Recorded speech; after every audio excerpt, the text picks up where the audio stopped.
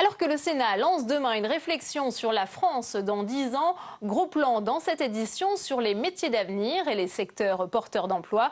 La statistique est un métier extracteur de données, serait en bonne place, comme l'a constaté Nathalie Guilloire. Ces jeunes veulent devenir extracteurs de données ou encore statisticiens. Ce sont les métiers du futur, des professions pointues, peu connues du grand public, qui pourtant sont promises à un bel avenir. Surtout en cette période, selon Michel Delecroix, le président de l'Institut statistique de l'université Pierre et Marie Curie.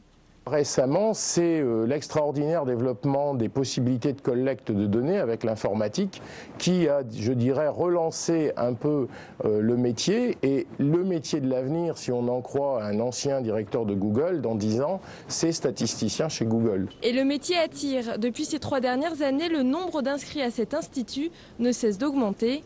Principale motivation de ces étudiants, décrocher un emploi rapidement à la sortie de l'école. J'ai choisi cette filière aussi parce que à la sortie de 3 ans de formation, c'est plus facile de trouver un emploi et pour tous les candidats. Je ne me pose pas réellement la question du chômage après les études car 100% des étudiants de l'IJUP ont trouvé un emploi à la sortie. Il y a aujourd'hui une centaine d'extracteurs de données en France. Il devrait être 15 000 d'ici 2025. Et pour parler du visage de la France dans 10 ans, nous accueillons sur ce plateau Jean Pisani-Ferry. Bonsoir. Bonsoir. Vous êtes commissaire général à la stratégie et à la prospective et vous êtes chargé par le gouvernement de remettre d'ici la fin de l'année un rapport sur les grandes orientations de la France. Alors quelle est votre feuille de route ? Ma feuille de route, d'abord ça a été d'introduire le séminaire du gouvernement cet été qui était consacré à ce sujet au milieu du mois d'août. Et puis ensuite ça a été d'organiser, de susciter toute une série de discussions sur ce thème, de débats, de concertation avec différents partenaires. Et je suis très heureux que le Sénat, le président Bède, ait souhaité organiser une audition. Alors ça sera demain au Sénat, effectivement. Voilà, demain. Il y aura votre audition et vous pourrez débattre avec les parlementaires de ce visage. Présenter les questions que nous nous posons à ce stade, parce qu'il n'y a pas de recommandations à ce stade, il n'y a pas de prescription. Et puis recueillir leur retour, parce que nous voulons nous nourrir des différents avis, différents points de vue qui vont être exprimés. Alors fin août, vous faisiez quand même le constat d'une France qui serait plus vieille, plus petite et moins riche, tout en nuançant votre propos. Elle ne manquera pas d'atouts. Est-ce que votre constat a évolué depuis fin août ? J'ai été beaucoup critiqué pour avoir dit l'évidence, c'est-à-dire que nous sommes un pays riche, des pays moins développés que nous se développent, donc ils vont nous rattraper, donc relativement on sera moins riche. Nous sommes un pays qui vieillit, tout le monde vieillit, mais nous en particulier.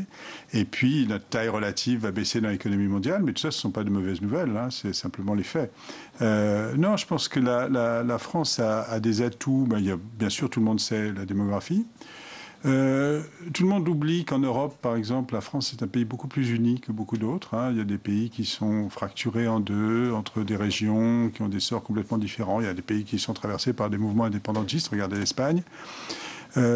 Une chose qu'on ne note pas suffisamment, c'est que la France a fait un énorme effort éducatif dans les années 80. Cet effort éducatif a porté ses fruits. Et aujourd'hui, ce qui était un handicap important, c'est-à-dire que toute une partie de la population française avait un niveau d'éducation, la population active avait un niveau d'éducation relativement faible, est en train d'être complètement rattrapé. Ce sera rattrapé dans les 10 ans à venir. Bon, on pourrait multiplier les atouts.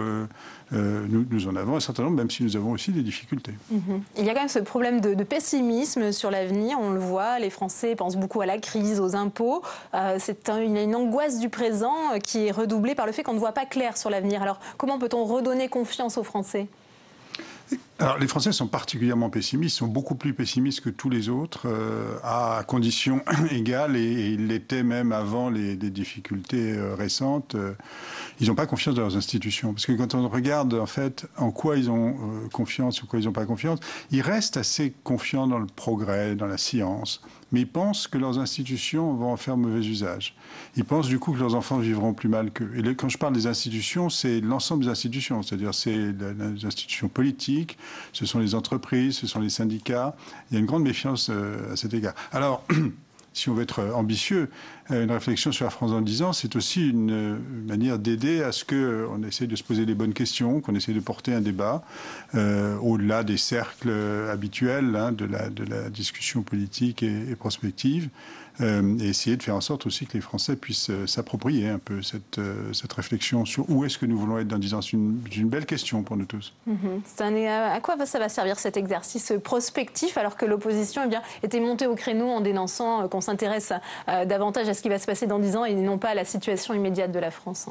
Oui, enfin, je ne suis pas sûr que c'était l'opposition. Il y a eu quelques critiques paresseuses au milieu de l'été. Non, parce que je pense que, si vous voulez, on reprochait au gouvernement de ne pas faire ce qu'avait fait le chancelier Schröder, de ne pas avoir fixé un agenda horizon à l'époque de 2010. Et il s'agit bien de ça. Il s'agit de dire où est-ce qu'on veut être, quel est le cap pour les 10 prochaines années. Et une fois qu'on a fixé un cap, l'horizon de 10 ans invite à l'ambition.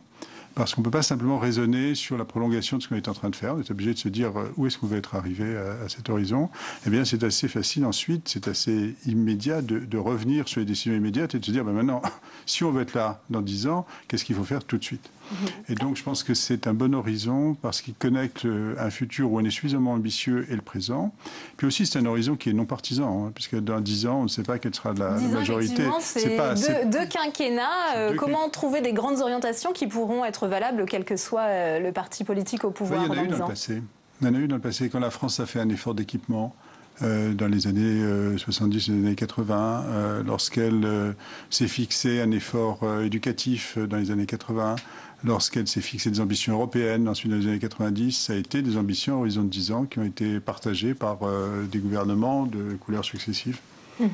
Alors il y a eu le rapport d'Anne Lauvergeon, la présidente de la commission Innovation 2030, qui a été rendu vendredi. On se souvient du rapport Gallois sur les investissements d'avenir. Où vous situez-vous, vous, à la prospective dans vos propositions? Le rapport Gallois, c'était pour résoudre un problème immédiat, qui était un problème de compétitivité, qui n'est pas complètement résolu.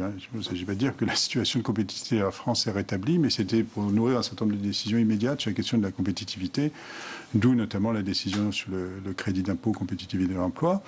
Anne Lauvergeon, je faisais partie de sa commission, elle avait pour mandat de définir un certain nombre de domaines dans lesquels la France devrait investir pour ne pas rater des ruptures en matière d'innovation. Des ruptures qui peuvent être technologiques ou sociétales, et donc des champs sur lesquels il fallait une prise de risque. Alors, on a mentionné 7, dans des domaines divers d'ailleurs. Vous êtes d'accord avec ces préconisations? Ça va se rapprocher J'étais membre de la commission, oui. donc oui. Mais si vous voulez, c'est un mandat qui est très défini. Nous prenons une série de sujets qui vont depuis notre modèle productif, les ressorts de notre croissance, les questions de soutenabilité, qu'est-ce qu'on fait pour que, à la fois d'un point de vue environnemental, d'un point de vue financier, notre croissance soit soutenable, et les questions de relations, d'équilibre entre les générations, question de l'évolution du modèle social, les questions du vivre ensemble, les questions européennes. Donc on a un champ qui est en fait extrêmement vaste, d'où la difficulté d'ailleurs de l'exercice. Merci beaucoup Jean Pisani-Ferry d'avoir été l'invité de 24 heures Sénat. C'est d'ailleurs